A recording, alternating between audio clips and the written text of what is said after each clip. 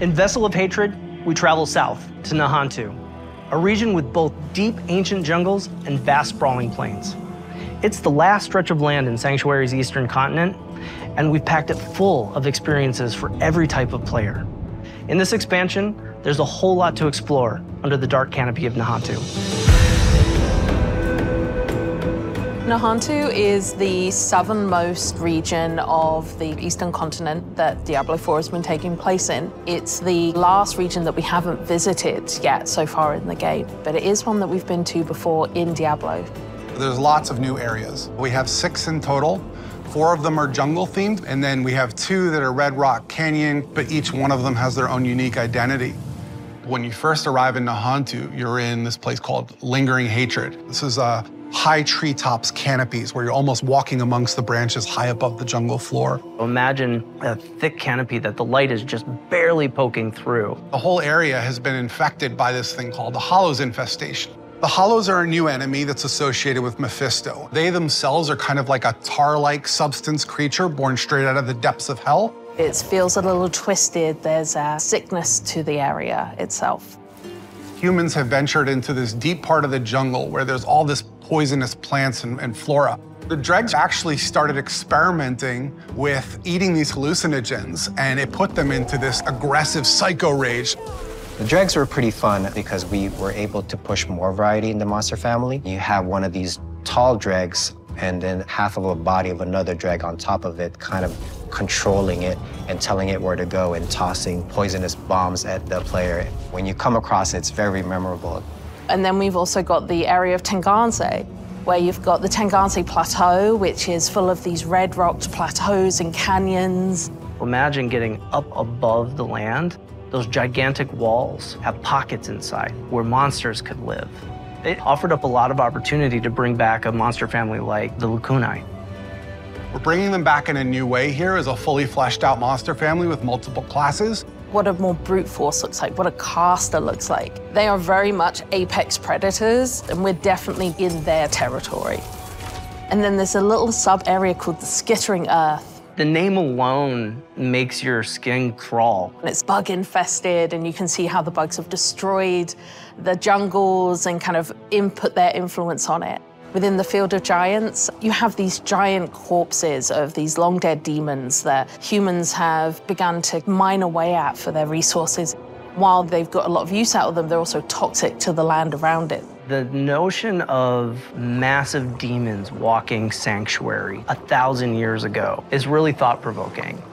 Plateau's also got just this beautiful color scheme to the lighting. It's really lovely to be there. And then horrific at the same time, you know, it's great.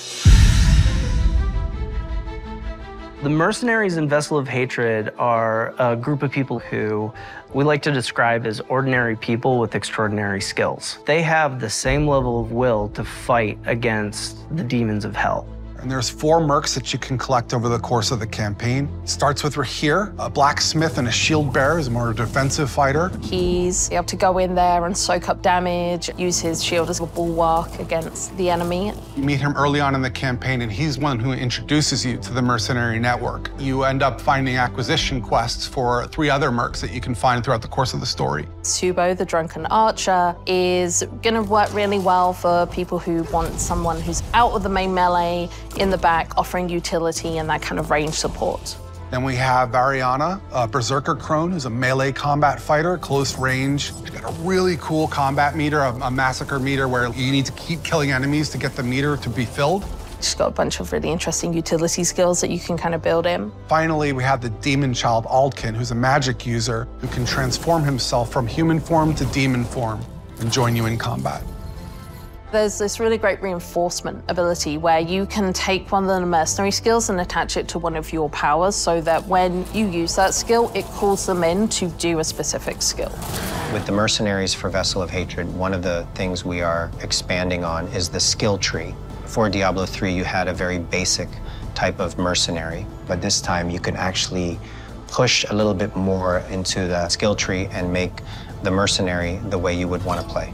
Going through each mercenary progression arc and outfitting their skill tree so that it's complementary to your character build, I think that's where the fun in the mercenary system really lies.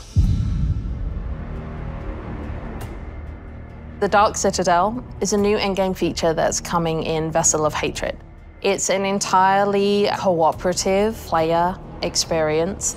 All the mechanics within it are based around you working together with your party members to solve the challenges and face the first Khazra hordes within. One of the outcomes of the Mage Wars is this giant crater and all the souls that were kind of lost in it from those wars. The goal of the first Khazra, who are kind of the original Khazra, they're using the powers within the Citadel found within this crater to perform experiments to try and bring back their Dark God. Only recently, people have started going missing. They head into the Khazra region, they disappear, never to be seen again. So it's clear that whatever they're planning is about to come to fruition, and your job as the players to get in there and stop it.